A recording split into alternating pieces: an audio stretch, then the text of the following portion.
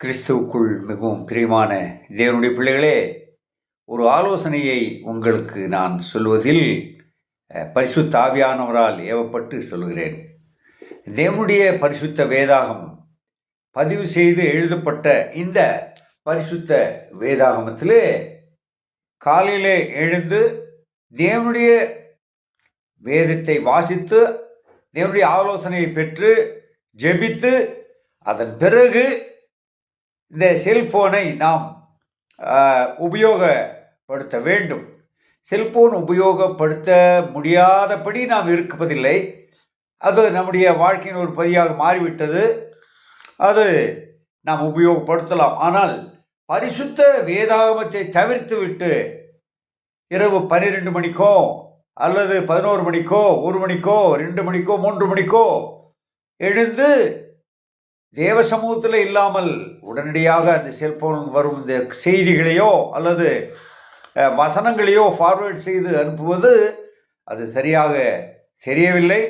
ஏற்கனவே இதை குறித்து நான் உங்களுக்கு சொல்லியிருக்கிறேன்.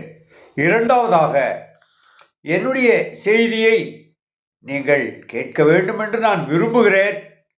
ஒருவேளை அது உங்களுக்கு விருப்பமில்லை என்றால் நீங்கள் அதை தவிர்த்து கொள்ளலாம். ஆனால் அதற்கு மாறாக நாங்கள் அதை பார்த்து விட்டதாக இது சிலுவை குறியீடோ கையெடுத்து கும்பிடுகிற ஒரு மரியாதைக்குரிய அந்த குறியீடோ சில அடையாளங்களாக நீங்கள் குறியிட்டு நீங்கள் பார்த்து விட்டதாக அனுப்புவது அது உண்மையாகவே மனதுக்கு வேதனையை அளிக்கிறது. தயவு செய்து நீங்கள் பார்க்காவிட்டாலும் பரவாயில்லை, நீங்கள் அப்படி பார்த்து விட்டு அந்த குறியீடுகளை அனுப்பினால் அது நமக்கு தெரியும் அல்லவா நீங்கள் பார்த்திருக்கிறீர்கள் என்று. உதாரணமாக இன்று 9:30 மணி ஆகிவிட்டது. ஒருவரும் அந்த நான் அனுப்பின செய்தியை பார்க்கவில்லை. ஆனால் அந்த குறியீடுகள், ஏராளமான குறியீடுகள், தேங்க்ஸ், பிரைஸ் தி லார்ட், அருமை, இப்படியாக அந்த வார்த்தையை என்னுடைய செய்தியை பார்க்காமலே அனுப்புவது நீங்கள் உங்களையே ஏமாற்றிக் கொள்கிறீர்கள். தயவு செய்து தேவன் பார்க்கிறார். உள்ளதை உள்ளதென்றும் இல்லதை இல்லதென்றும் நாம் இருக்கிற விதமாக இருப்போம். தயவு செய்து என்னை பிரியப்படுத்த நீங்கள் இப்படிப்பட்ட காரியங்களை செய்ய வேண்டாம். அது எனக்கும் சரியாகப்படாது. மனசுக்கு மிகவும் துக்கமாக இருக்கிறது.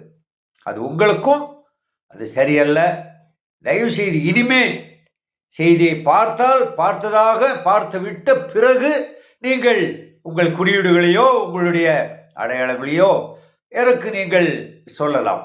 பார்க்காமல் தயவு செய்து எனக்கு பார்த்ததாக நீங்கள் சொல்ல வேண்டாம். தேவன் தாமே உங்களை ஆசீர்வதிப்பார். நாம் கிறிஸ்துவுக்குள் உண்மை உள்ளவர்களாக இருப்போம், வெளிப்படைத்தன்மை உள்ளவர்களாக இருப்போம், தேவன் விரும்பும்படியாக வாழ்வோம். மனுஷனை பிரியப்படுத்துவது கண்ணியை வருவிக்கும். அது எனக்கும் உரியது, அது உங்களுக்கும் உரியது. இதை உணர்ந்து நாம் தேவனுடைய பிள்ளைகளாக வாழ தேவன் தாமே கிருபை செய்வாராக.